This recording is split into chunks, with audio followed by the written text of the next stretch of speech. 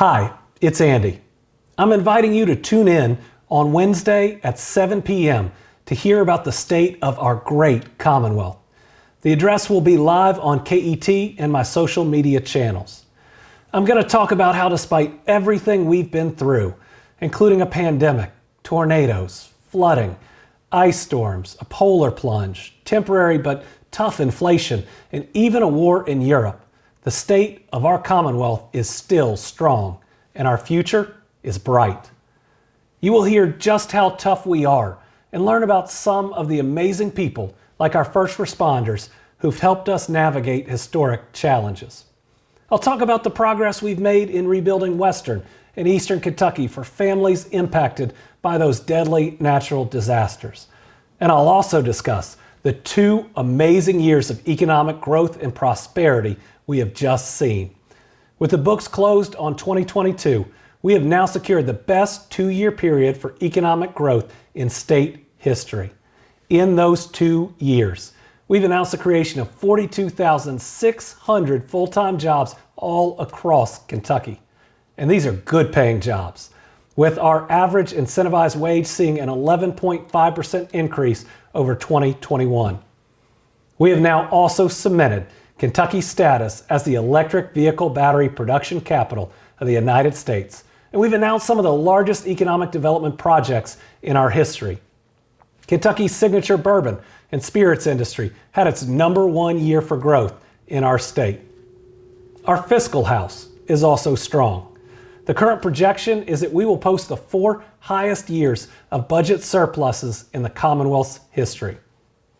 We also secured the lowest unemployment rate at or below 3.9% for the longest stretch in history last year. And at the same time, we created new programs to boost workforce participation.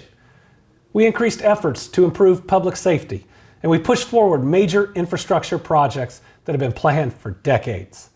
I'll be in Northern Kentucky Wednesday with the President, Ohio Governor Mike DeWine, Senator McConnell, local and state officials, so many folks to celebrate the $1.6 billion in federal grants we received to complete the Brent Spence Companion Bridge without tolls. We are also providing Kentucky families with other critical infrastructure by providing clean drinking water and access to high-speed internet. And we are expanding access to health care, including breaking ground on what will be the first hospital in the west end of Louisville in more than 150 years.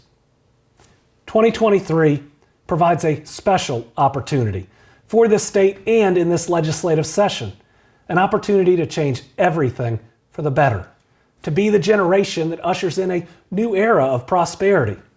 But that takes work, and it takes investment. So I'm working with my state representative, Derek Graham, to file legislation that should serve as a roadmap to where we need to go, a blueprint to how we need to build. This includes passing our Education First plan, which begins with a 5% pay raise for every public school educator.